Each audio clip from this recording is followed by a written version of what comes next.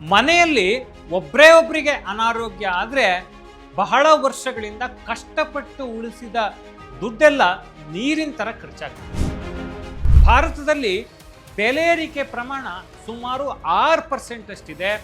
ಆದರೆ ಮೆಡಿಕಲ್ ಫೀಲ್ಡ್ನಲ್ಲಿ ಬೆಲೆ ಏರಿಕೆ ಅಂದರೆ ಇನ್ಫ್ಲೇಷನ್ 14% ಅಷ್ಟಿದೆ.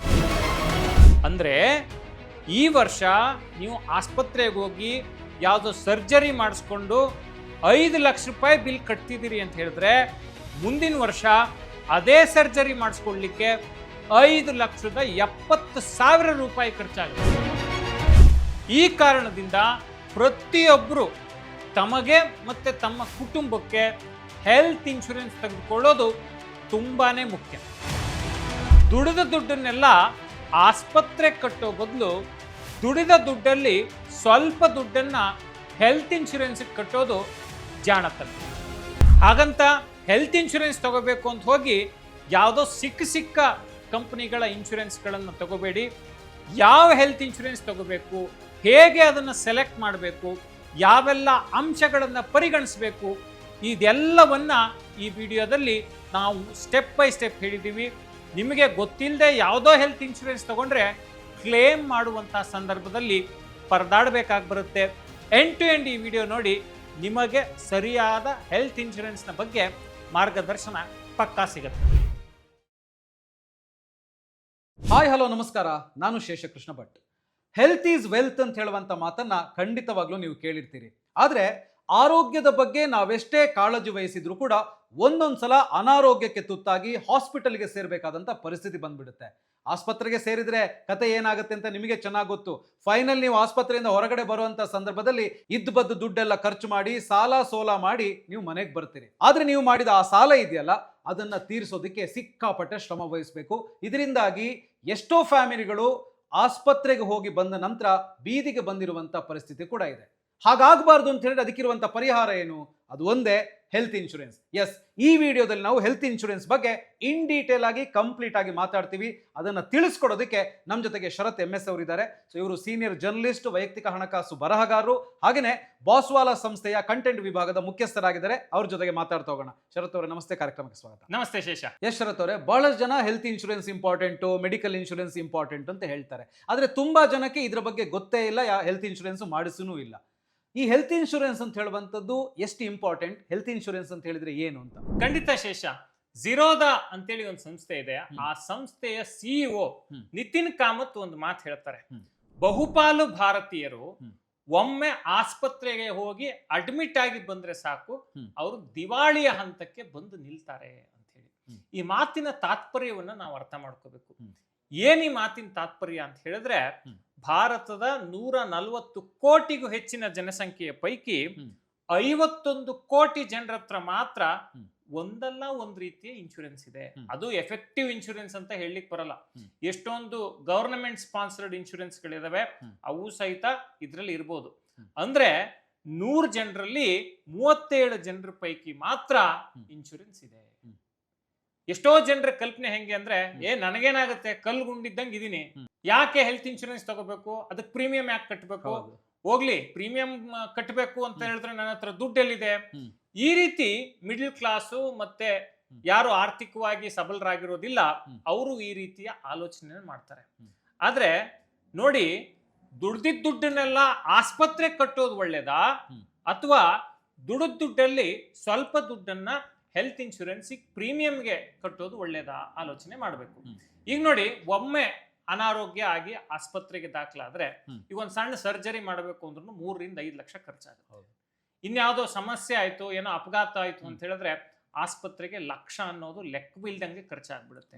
ಇಂಥ ಸಂದರ್ಭದಲ್ಲಿ ನಾವು ಕಷ್ಟಪಟ್ಟು ಒಂದೊಂದು ರೂಪಾಯಿನೂ ಲೆಕ್ಕಾಚಾರ ಮಾಡಿ ಉಳಿಸಿರೋ ದುಡ್ಡನ್ನ ನಾವು ತಗೊಂಡೋಗಿ ಆಸ್ಪತ್ರೆಗೆ ಅನಾರೋಗ್ಯ ಆದ ಸಂದರ್ಭದಲ್ಲಿ ಕಟ್ಟಿದ್ರೆ ನಮ್ಮ ಮುಂದಿನ ಆರ್ಥಿಕ ಪರಿಸ್ಥಿತಿ ಏನಾಗಬೇಕು ನೋಡಿ. ದುಡ್ದಿದ್ದ ದುಡ್ಡನ್ನೆಲ್ಲ ಆಸ್ಪತ್ರೆಗೆ ಕಟ್ಟೋ ಬದಲು ಆಸ್ಪತ್ರೆಗೆ ಹೋಗೋ ಅಂತ ಸಂದರ್ಭ ಬಂದಾಗ ಹೆಲ್ತ್ ಇನ್ಶೂರೆನ್ಸ್ ಇದ್ರೆ ನಮ್ಮ ಹತ್ರ, ನಮ್ಮ ದುಡಿಮೆಯಲ್ಲಿ ಅದಕ್ಕೊಂದಿಷ್ಟು ಪ್ರೀಮಿಯಂ ಕಟ್ಬಿಟ್ರೆ ಹೆಲ್ತ್ ಇನ್ಶೂರೆನ್ಸ್ ನಮಗೆ ಅದರ ಸುರಕ್ಷತೆಯನ್ನು ಕೊಡುತ್ತೆ. ಬೇಸಿಕಲಿ ಹೆಲ್ತ್ ಇನ್ಶೂರೆನ್ಸ್ ಅಂದ್ರೆ ಒಂದ್ ಲೈನ್ ಅಲ್ಲಿ ಹೇಳಬೇಕು ಅಂತ ಹೇಳಿದ್ರೆ, ನಿಮಗೆ ಅನಾರೋಗ್ಯ ಆದಾಗ ಅದರ ಖರ್ಚನ್ನ ನೋಡಿಕೊಳ್ಳುವಂತಹ ಒಂದು ವ್ಯವಸ್ಥೆನೇ ಹೆಲ್ತ್ ಇನ್ಶೂರೆನ್ಸ್. ಸೊ ಇವಾಗ ಬೆಲೆ ಏರಿಕೆ ಜಾಸ್ತಿ ಆಗ್ತಾ ಇದೆ, ಎಲ್ಲ ವಸ್ತುಗಳ ಬೆಲೆ ಏರಿಕೆ ಆಗ್ತಾ ಇದೆ. ಅದೇ ತರ ನಾವು ಆಸ್ಪತ್ರೆಯದು ಕೂಡ ನೋಡಿದ್ರೆ ಆಸ್ಪತ್ರೆಯಲ್ಲೂ ಕೂಡ ಸಿಕ್ಕಾಪಟ್ಟೆ ರೇಟ್ಗಳೆಲ್ಲ ಜಾಸ್ತಿ ಆಗ್ತಾ ಇದೆ. ಹೇಗೆ ಇದನ್ನೆಲ್ಲ ನಿಭಾಯಿಸೋದು ಹೇಗೆ, ಅಥವಾ ಹೇಗೆ ಜಾಸ್ತಿ ಆಗ್ತಾ ಇದೆ ಇದು ಅಂತ? ನೋಡಿ ಶೇಷ, ಬಹಳ ಒಂದು ಇಂಪಾರ್ಟೆಂಟ್ ಆಸ್ಪೆಕ್ಟ್ ಅನ್ನ ನಾವು ನೆನಪಲ್ಲಿ ಇಟ್ಕೋಬೇಕು. ನೋಡಿ, ಇನ್ಫ್ಲೇಷನ್ ಅಂದ್ರೆ ಬೆಲೆ ಏರಿಕೆ, ಹಣದುಬ್ಬರ ಅಂತ ನಾವು ಕರಿತೀವಿ.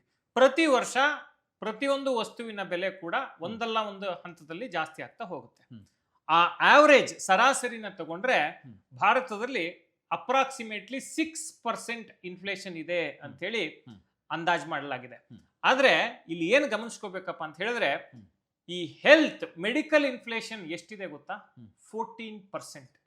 ವರ್ಷದಿಂದ ವರ್ಷಕ್ಕೆ 14% ಈ ಆಸ್ಪತ್ರೆ ವೆಚ್ಚಗಳು, ಆಸ್ಪತ್ರೆಯ ಇನ್ಫ್ಲೇಷನ್ ಏನಿದೆ, ಬೆಲೆ ಏರಿಕೆ, ಆಸ್ಪತ್ರೆ ಸೇವೆಗಳ ಬೆಲೆ ಏರಿಕೆ 14% ಜಾಸ್ತಿ ಆಗ್ತಿದೆ. ಇದರಲ್ಲಿ ಏನ್ ಅರ್ಥ ಮಾಡ್ಕೋಬೇಕು ಅಂದ್ರೆ, ಸಿಂಪಲ್ ಒಂದು ಎಕ್ಸಾಂಪಲ್.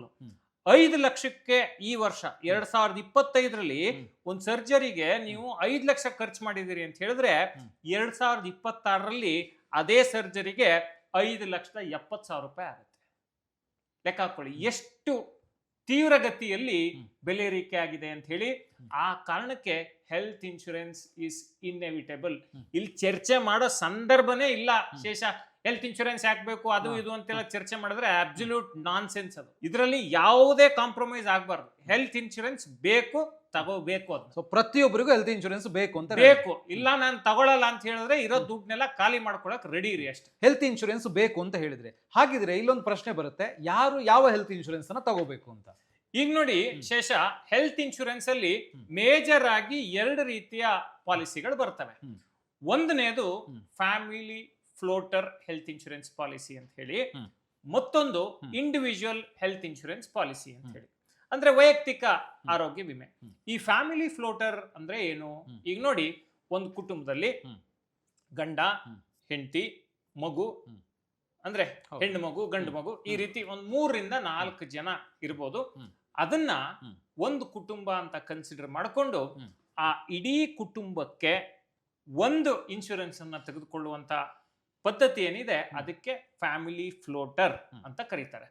ಈಗ ಉದಾಹರಣೆಗೆ 2025ರ ಜೂನ್ ನಿಂದ 2026ರ ಜೂನ್ ವರೆಗೆ ನಾನು ನಮ್ಮ ಕುಟುಂಬಕ್ಕೆ ಒಂದು ಫ್ಯಾಮಿಲಿ ಫ್ಲೋಟರ್ ಪಾಲಿಸಿಯನ್ನ ತೆಗೆದುಕೊಂಡಿದ್ದೀನಿ ಅಂತ ಹೇಳಿದ್ರೆ, ನಮ್ಮ ಕುಟುಂಬದಲ್ಲಿ ನನಗಾಗ್ಲಿ, ನನ್ನ ಮಗುಗಾಗ್ಲಿ, ಅಥವಾ ನನ್ನ ಮಡದಿಗಾಗ್ಲಿ ಅನಾರೋಗ್ಯ ಆದ್ರೆ, ನಾವು ಆಸ್ಪತ್ರೆಗೆ ಹೋಗುವಂತ ಸಂದರ್ಭ ಬಂದ್ರೆ ನಮಗೆ ಆ ಇನ್ಶೂರೆನ್ಸ್ ನಿಂದ ಕವರೇಜ್ ಸಿಗುತ್ತೆ. ಆ ಇನ್ಶೂರೆನ್ಸು ನಮ್ಮ ಆಸ್ಪತ್ರೆಯ ಖರ್ಚನ್ನ ನೋಡ್ಕೊಳ್ಳುತ್ತೆ. ಈಗ ಒಂದು 10 ಲಕ್ಷ ಕವರೇಜ್ ಇರುತ್ತೆ ಅಂತ ಇಟ್ಕೊಳ್ಳಿ. ಯಾರೋ ಒಬ್ರು ಆಸ್ಪತ್ರೆಗೆ ಅಡ್ಮಿಟ್ ಆಗ್ತಾರೆ, ಅವ್ರಿಗೆ ಒಂದು 2-3 ಲಕ್ಷ ಖರ್ಚಾಗುತ್ತೆ ಅಂತ ಇಟ್ಕೊಳ್ಳಿ. ಮತ್ತೊಬ್ರು ಅದೇ ಪೀರಿಯಡ್ ನಲ್ಲಿ ಅಡ್ಮಿಟ್ ಆಗಬಹುದು, ಚಿಕಿತ್ಸೆಯನ್ನ ಪಡ್ಕೋಬಹುದು. ಮತ್ತೆ ಆ ರಿಟ್ರೈವಲ್ ಆಫ್ ಏನು ಈ ಕ್ಲೇಮ್ ಅಮೌಂಟ್ ಅಂತ ಹೇಳಿ ಇರುತ್ತೆ, ಆ ಫೆಸಿಲಿಟಿನ ತೆಗೆದುಕೊಂಡ್ರೆ ಒಂದು ವೇಳೆ ಆ ಪೂರ್ತಿ ಕ್ಲೇಮ್ ನ ಲಿಮಿಟ್ ಏನಿರುತ್ತೆ, ಹೆಲ್ತ್ ಇನ್ಶೂರೆನ್ಸ್ ನ ಲಿಮಿಟ್ ಏನಿರುತ್ತೆ, ಅದನ್ನು ಕೂಡ ಮತ್ತೆ ರಿನ್ಯೂವಲ್ ಮಾಡ್ಕೊಳ್ಳೋ ಅವಕಾಶ ಕೂಡ ಇರುತ್ತೆ. ಫ್ಯಾಮಿಲಿ ಫ್ಲೋಟರ್ ಅಂದ್ರೆ ಇಡೀ ಕುಟುಂಬಕ್ಕೆ ಒಂದು ಇನ್ಶೂರೆನ್ಸ್ ಅನ್ನೋದನ್ನ family floater health insurance policy ಅಂತೇಳಿ ಕರೀತಾರೆ. ಹಂಗಂದ್ರೆ ಇಂಡಿವಿಜುವಲ್ ಹೆಲ್ತ್ ಇನ್ಶೂರೆನ್ಸ್ ಪಾಲಿಸಿಯ ರೆಲೆವೆನ್ಸ್ ಏನು ಅಂತೇಳಿ ನೀವು ಕೇಳ್ಬೋದು. ಈಗ ನೋಡಿ, ಯಾವುದೇ ಕುಟುಂಬದಲ್ಲಿ ಹಿರಿಯರಾದ ತಂದೆ ತಾಯಿ ಇರ್ತಾರೆ, ಅವ್ರಿಗೆ 60 ವರ್ಷ ಆಗಿರುತ್ತೆ, ತಾಯಿಗೊಂದು 55 ವರ್ಷ ಆಗಿದ್ರೆ ತಂದೆಗೊಂದು 60 ವರ್ಷ 65 ವರ್ಷದ ಆಸ್ಪಾಸಲ್ಲಿ ಇರ್ತಾರೆ. ಈ ವಯಸ್ಸಾದ ಮೇಲೆ ಏನಾಗ್ತದೆ, ಆರೋಗ್ಯ ಸಮಸ್ಯೆಗಳು ಜಾಸ್ತಿ ಆಗ್ತವೆ. ಆರೋಗ್ಯ ಸಮಸ್ಯೆಗಳು ಜಾಸ್ತಿ ಆದಾಗ ಏನಾಗ್ತದೆ, ಈ ಮತ್ತೆ ಮತ್ತೆ ಆಸ್ಪತ್ರೆಗೆ ಹೋಗಿ ಇನ್ಶೂರೆನ್ಸ್ ಅನ್ನ ಕ್ಲೇಮ್ ಮಾಡುವಂತಹ ಸಂದರ್ಭ ಬರುತ್ತೆ. ಆ ಕಾರಣಕ್ಕೆ ಈ ಫ್ಯಾಮಿಲಿ ಫ್ಲೋಟರ್ ನಲ್ಲಿ ತಂದೆ ತಾಯಿ ಆ ರೀತಿಯ ಹಿರಿಯರನ್ನ ಸೇರಿಸದೇ ಇದ್ರೆ ಬಹಳ ಒಳ್ಳೆಯದು. ಈ ರೀತಿಯ ಇಂಡಿವಿಜುವಲ್ ಪಾಲಿಸಿಯನ್ನ ತೆಗೆದುಕೊಂಡ್ರೆ, ಈಗ ಒಂದು ಕುಟುಂಬದಲ್ಲಿ ಗಂಡ ಹೆಂಡತಿ ಮಕ್ಕಳು ತಂದೆ ತಾಯಿ ಇದಾರೆ ಅಂತ ಆದ್ರೆ, ಗಂಡ ಹೆಂಡತಿ ಮಕ್ಕಳಿಗೆ ಫ್ಯಾಮಿಲಿ ಫ್ಲೋಟರ್ ಪಾಲಿಸಿ, ತಂದೆ ತಾಯಿಗೆ ಪ್ರತ್ಯೇಕವಾದ ಹೆಲ್ತ್ ಇನ್ಶೂರೆನ್ಸ್ ಪಾಲಿಸಿಗಳನ್ನ ತೆಗೆದುಕೋಬೇಕು. ಈ ಉದಾಹರಣೆಗೆ ನಮ್ಮ ಕುಟುಂಬದಲ್ಲೇ ತೆಗೆದುಕೊಳ್ಳೋದಾದ್ರೆ, ನನಗೆ, ನನ್ನ ಮಡದಿಗೆ, ಮಗುಗೆ ಸೇರಿ ಒಂದು ಇನ್ಶೂರೆನ್ಸ್ ಇದೆ, ನಮ್ಮ ತಂದೆ ತಾಯಿಗೆ ಪ್ರತ್ಯೇಕವಾದ ಒಂದು ಹೆಲ್ತ್ ಇನ್ಶೂರೆನ್ಸ್, ಒಂದೊಂದು ಹೆಲ್ತ್ ಇನ್ಶೂರೆನ್ಸ್ ಇದೆ. ಅದೇನಕ್ಕೆ ಮಿಕ್ಸ್ ಮಾಡಬಾರ್ದು? ಯಾಕೆ ಮಿಕ್ಸ್ ಮಾಡಬಾರ್ದು ಅಂತ ಹೇಳಿದ್ರೆ, ಇಬ್ಬರಿಗೂ ವಯಸ್ಸಾಗಿರುತ್ತೆ, ಇಬ್ರಿಗೂ ವಯಸ್ಸಾಗಿದ್ದಾಗ ಇಬ್ರು ಅನಾರೋಗ್ಯಕ್ಕೆ ಒಳಗಾದಾಗ ಚಿಕಿತ್ಸೆ ಪಡಿಲಿಕ್ಕೆ ನಿಮಗೆ ಕ್ಲೇಮ್ ಎಲ್ಲಿಂದ ಬರುತ್ತೆ? ಆ ಕಾರಣಕ್ಕೆ ಅದನ್ನ ಪ್ರತ್ಯೇಕವಾಗಿ ಇಟ್ಕೊಳ್ಳೋದು ಬಹಳ ಬಹಳ ಉತ್ತಮ. ಈಗ ನೆಕ್ಸ್ಟ್, ಎಷ್ಟು ಮೊತ್ತದ ಕವರೇಜ್ ಇರುವಂತ ಪಾಲಿಸಿಯನ್ನ ತಗೊಳ್ಬೇಕು ಅಂದ್ರೆ ಯಾರು ಎಷ್ಟು ಮೊತ್ತದ ತಗೋಬೇಕು ಅಂತ? ಈಗ ಒಬ್ಬ ವ್ಯಕ್ತಿಯ ವಾರ್ಷಿಕ ಆದಾಯ 10 ಲಕ್ಷ ಇದೆ ಅಂತೇಳಿ ಅನ್ಕೊಂಡ್ರೆ ಅಟ್ಲೀಸ್ಟ್ ಆ ವ್ಯಕ್ತಿ ಹತ್ರ 5 ಲಕ್ಷ ಮೊತ್ತದ ಕವರೇಜ್ ಇರುವಂತಹ ಹೆಲ್ತ್ ಇನ್ಶೂರೆನ್ಸ್ ಪಾಲಿಸಿ ಇರಬೇಕು. ಯಾರ್ದೋ ಸಂಬಳ 30 ಲಕ್ಷ ಅಂತ ತಗೊಂಡ್ರೆ ಅಟ್ಲೀಸ್ಟ್ 10 ರಿಂದ 15 ಲಕ್ಷ ರೂಪಾಯಿ ಕವರೇಜ್ ಇರುವಂತಹ ಹೆಲ್ತ್ ಇನ್ಶೂರೆನ್ಸ್ ಪಾಲಿಸಿಯನ್ನ ತೆಗೆದುಕೊಳ್ಬೇಕು ಅನ್ನೋದು ಒಂದು ಏನಂತೀರಿ ಫ್ರೇಮ್ ವರ್ಕ್. ಆದ್ರೆ ಆರೋಗ್ಯ ಸಮಸ್ಯೆ ಜಾಸ್ತಿ ಇರೋರು ಅದಕ್ಕಿಂತ ಜಾಸ್ತಿನೂ ತೆಗೆದುಕೊಳ್ಬೇಕಾಗಿ ಬರ್ಬೋದು. ಇಲ್ಲ ನಮ್ಗಷ್ಟೊಂದು ಬೇಡ ಅನ್ನೋರು 15 ಲಕ್ಷಕ್ಕಿಂತ ಸ್ವಲ್ಪ ಕಡಿಮೆ ಕವರೇಜ್ ಅನ್ನು ತೆಗೆದುಕೊಳ್ಬಹುದು. ಆದ್ರೆ ಎಲ್ಲದಕ್ಕಿಂತ ಮುಖ್ಯ ಏನಪ್ಪಾ ಅಂತ ಹೇಳಿದ್ರೆ ಇವತ್ತಿನ ಬೆಲೆ ಏರಿಕೆಯನ್ನ ಅಂದಾಜ್ ಮಾಡಿಕೊಂಡು ಅದಕ್ಕೆ ತಕ್ಕಂಗೆ ಹೆಲ್ತ್ ಇನ್ಶೂರೆನ್ಸ್ ಕವರೇಜ್ ಅನ್ನ ತಗೊಳ್ಳಿ. ಇಲ್ಲ ಅಂತ ಹೇಳಿದ್ರೆ ಕವರೇಜ್ ಇರೋ ತನಕ ಇನ್ಶೂರೆನ್ಸ್ ಅವ್ರು ಕೊಡ್ತಾರೆ, ಕವರೇಜ್ ಇಲ್ಲದೆ ಇದ್ರೆ ನಿಮ್ ಕೈಯಿಂದ ಕಟ್ಟಬೇಕಾಗಿ ಬರುತ್ತೆ. ಹಾಗಾಗಿ ಉತ್ತಮ ಕವರೇಜ್ ಇರುವ ಯಾವುದೇ ಮಿತಿಗಳನ್ನ ಹೇರದ, ನೋಡಿ ತುಂಬಾ ಲಿಮಿಟ್ಸ್ ಗಳಿರ್ತವೆ. ಹೆಲ್ತ್ ಇನ್ಶೂರೆನ್ಸ್ ತಗೊಂಡು ಯಾವ್ದೋ ಸುಮ್ಮನೆ ಕಡಿಮೆ ಪ್ರೀಮಿಯಮ್ಸ್ ಇತ್ತು ಅಂತೇಳಿ ಹೆಲ್ತ್ ಇನ್ಶೂರೆನ್ಸ್ ಯಾವ್ಯಾವ್ದೋ ತಗೊಳಕ್ ಹೋಗ್ಬೇಡಿ. ಹೆಲ್ತ್ ಇನ್ಶೂರೆನ್ಸ್ ಅನ್ನ ತೆಗೆದುಕೊಳ್ಬೇಕಾದ್ರೆ ಆಲೋಚನೆ ಮಾಡಿ ತಗೊಳ್ಳಿ. ಆಮೇಲೆ ಸರಿಯಾಗಿ ನೀವು ಅದನ್ನ ತಗೊಳ್ಳದೆ ಇದ್ರೆ ಕ್ಲೇಮ್ಗೆ ಪರದಾಡಬೇಕಾದಂತ ಪರಿಸ್ಥಿತಿ ಬಂದ್ಬಿಡುತ್ತೆ. ಆ ವಿಷಯಕ್ಕೂ ನಾವು ಬರ್ತೀವಿ. ಹೌದು, ಕರೆಕ್ಟ್, ನೀವು ಹೇಳ್ತಾ ಇರೋದು ನಿಜ. ಆದ್ರೂ ಕೂಡ ಈಗ ಹೆಲ್ತ್ ಇನ್ಶೂರೆನ್ಸ್ ಅನ್ನ ನಾನು ತಗೊಳ್ಬೇಕು ಅಂತ ಹೇಳಿದ್ರೆ ಮೇನ್ ಆಗಿ ಯಾವ್ಯಾವ ಅಂಶಗಳನ್ನು ನಾವು ಪರಿಗಣಿಸಬೇಕು, 1 by 1 ಹೇಳ್ಬೋದಾ ಅಂತ? ಖಂಡಿತ ಶೇಷ. ನೋಡಿ, ಹೆಲ್ತ್ ಇನ್ಶೂರೆನ್ಸ್ ತಗೋಬೇಕಾರೆ ತುಂಬಾ ಜನ ಬರೀ ಪ್ರೀಮಿಯಂ ನೋಡಿ ಹೆಲ್ತ್ ಇನ್ಶೂರೆನ್ಸ್ ತಗೋತಾರೆ. ಪ್ರೀಮಿಯಂ ಕಮ್ಮಿ ಇತ್ತು ಅದಕ್ಕೆ ನಾನು ಹೆಲ್ತ್ ಇನ್ಶೂರೆನ್ಸ್ ತಗೊಂಡೆ ಅಂತ ಹೇಳ್ತಾರೆ. ನೋಡಿ, ನಮ್ಮ ಸೀನಿಯರ್ ಜರ್ನಲಿಸ್ಟ್ ಫ್ರೆಂಡ್ ಒಬ್ರು ನಂಗೆ ಫೋನ್ ಮಾಡಿದ್ರು. ನೋಡಿ, ಯಾವ್ದೋ XYZ, ನಾನು ಹೆಸರು ಹೇಳ್ತಿಲ್ಲ ಇಲ್ಲಿ, ಅನ್ನೋ ಕಂಪನಿ ಬರೀ 7,000 ರೂಪಾಯಿ ಪ್ರೀಮಿಯಂಗೆ 10 ಲಕ್ಷ ಕವರೇಜ್ ಕೊಡ್ತಾರಂತೆ, ನಾನು ತಗೊಳ್ಳ ಅಂತ ಹೇಳಿ. ನಾನು ಅವ್ರಿಗೆ ಹೇಳಿದೆ, ಬೇರೆ ಬೇರೆ ಕಂಡೀಷನ್ಸ್ ಇರುತ್ತೆ, ಯಾವ್ಯಾವ್ದೋ ಸಂದರ್ಭದಲ್ಲಿ ನಾವು ಕವರೇಜ್ ಕೊಡಲ್ಲ ಅನ್ನೋ ಮಿತಿಗಳೆಲ್ಲ ಇರುತ್ತೆ, ಸರಿಯಾಗಿ ಅದನ್ನ ನೋಡಿ ತಗೊಳ್ಳಿ ಅಂತ. ಈಗ ಒಬ್ಬ ವ್ಯಕ್ತಿ ಹೆಲ್ತ್ ಇನ್ಶೂರೆನ್ಸ್ ತಗೋಬೇಕು ಅಂದ್ರೆ ಏನೆಲ್ಲ ಗಮನಿಸಬೇಕು ಅನ್ನೋದನ್ನ ಪಾಯಿಂಟ್ ಬೈ ಪಾಯಿಂಟ್ ಹೋಗೋಣ. ಕೋಪೇ ಅಂತೇಳಿ ಒಂದು ನಿಯಮ ಇರುತ್ತೆ. ಸಾಧ್ಯವಾದಷ್ಟು ಈ ಕೋಪೇ ನಿಯಮ ಇಲ್ಲದೆ ಇರುವ ಹೆಲ್ತ್ ಇನ್ಶೂರೆನ್ಸ್ ಪಾಲಿಸಿಗಳನ್ನ ತಗೊಳ್ಳಿ. ಕೋಪೆ ಅಂದ್ರೇನು? ನಿನಗೆ ಅಂದ್ರೆ ಯಾವುದೇ ವ್ಯಕ್ತಿಗೆ ಅನಾರೋಗ್ಯ ಉಂಟಾಗಿ ಆಸ್ಪತ್ರೆಗೆ ದಾಖಲಾದಾಗ ಇನ್ಶೂರೆನ್ಸ್ ಕಂಪ್ನಿಯಿಂದ ಒಂದಿಷ್ಟು ದುಡ್ಡು ಕೊಡ್ತೀವಿ, ಬಟ್ ಇನ್ನೊಂದಿಷ್ಟು ದುಡ್ಡನ್ನ ನೀನು ಕಟ್ಬಿಡು ಅನ್ನೋ ತರದ್ದು. ಆದ್ರೆ ಹೆಲ್ತ್ ಇನ್ಶೂರೆನ್ಸ್ ತಗೊಳ್ಳೋದೇ ನಾವು ನಮ್ಮ ಹತ್ರ ದುಡ್ಡಿರಲ್ಲ, ನಮಗೆ ಕಷ್ಟ ಆದಾಗ ಹೆಲ್ಪ್ ಬರ್ಲಿ ಅಂತ. ಈ ಕೋಪೆ ಇರೋ ಹೆಲ್ತ್ ಇನ್ಶೂರೆನ್ಸ್ ತಗೊಂಡು ಏನ್ ಮಾಡ್ತೀರಿ? ಇದರಿಂದ ಹೆಚ್ಚು ಲಾಭ ಆಗಲ್ಲ. ಕೋಪೆ ಅಂದ್ರೆ ಏನು? ಎಷ್ಟೋ ಇನ್ಶೂರೆನ್ಸ್ ಗಳಲ್ಲಿ ಹೆಂಗಿರುತ್ತೆ ಅಂದ್ರೆ, ಈಗ 1 ಲಕ್ಷ ನಿಮಗೆ ಕವರೇಜ್ ಆಸ್ಪತ್ರೆ ಖರ್ಚು ಬಂತು ಅಂತ ಹೇಳಿದ್ರೆ 75,000 ನಾನು ಇನ್ಶೂರೆನ್ಸ್ ಕಡೆಯಿಂದ ಕೊಡ್ತೀನಿ, ಇನ್ನು 25,000 ನಿನ್ ಜೇಬಿನ ಕಟ್ಟು ಅನ್ನೋ ತರದ ಇನ್ಶೂರೆನ್ಸ್ ಇರ್ತವೆ. ಅಂತ ಇನ್ಶೂರೆನ್ಸ್ ಗಳನ್ನ ತಗೋಬೇಡಿ. ಕೋಪೆ ನಿಯಮ ಇರುವಂತಹ ಯಾವುದೇ ಇನ್ಶೂರೆನ್ಸ್ ಅನ್ನ, ಹೆಲ್ತ್ ಇನ್ಶೂರೆನ್ಸ್ ಅನ್ನ ಪರಿಗಣಿಸಬೇಡಿ. ತುಂಬಾ ಇಂಪಾರ್ಟೆಂಟ್. ಸೊ ಒಂದಾಯ್ತು. ಇನ್ನು ಎರಡನೇದು ಈ ರೂಮ್ ರೆಂಟ್ ಮಿತಿ ಅಂತ ಇದೆಯಲ್ಲ, ಅದೇನು? ಅದು ಯಾವ ತರ ನಾವು ನೋಡ್ಬೇಕು? ಈಗ ನೋಡಿ, ಯಾವುದೇ ಇನ್ಶೂರೆನ್ಸ್ ಪಾಲಿಸಿ ತಗೋಬೇಕಾದ್ರೆ ಶೇಷ ರೂಮ್ ರೆಂಟ್ ಲಿಮಿಟ್ ಇಲ್ಲದೆ ಇರುವಂತಹ ಹೆಲ್ತ್ ಇನ್ಶೂರೆನ್ಸ್ ಪಾಲಿಸಿಯನ್ನು ತಗೋಬೇಕು.